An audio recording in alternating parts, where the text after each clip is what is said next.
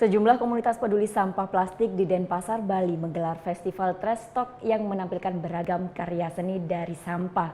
Selain menyadarkan masyarakat untuk lebih peduli lingkungan, festival ini juga mengedukasi cara mengelola sampah menjadi sebuah karya seni.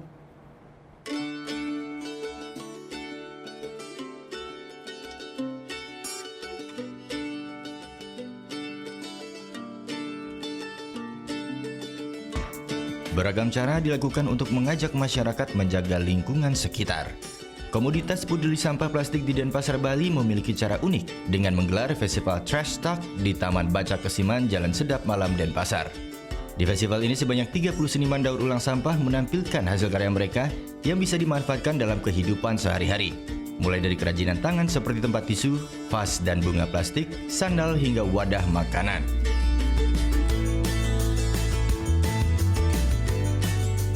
Bahkan sebagian seniman juga menampilkan busana dari sampah plastik ataupun sisa jok motor. Beragam busana dari sampah ini rencananya akan diperagakan dalam festival ini.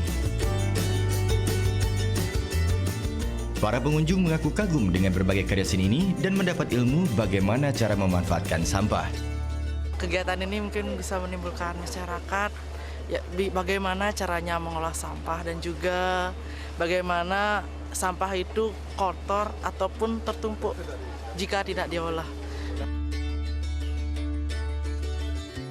Sang penggagas festival berharap masyarakat semakin mencintai lingkungan mereka dan mampu memanfaatkan sampah menjadi barang yang lebih bermanfaat.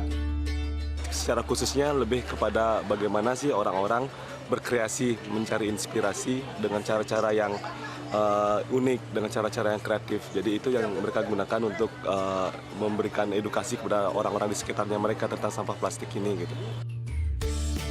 Keuntungan dari festival Trash Talk ini akan disalurkan untuk pembuatan barang-barang seni dan komik bertemakan tentang sampah.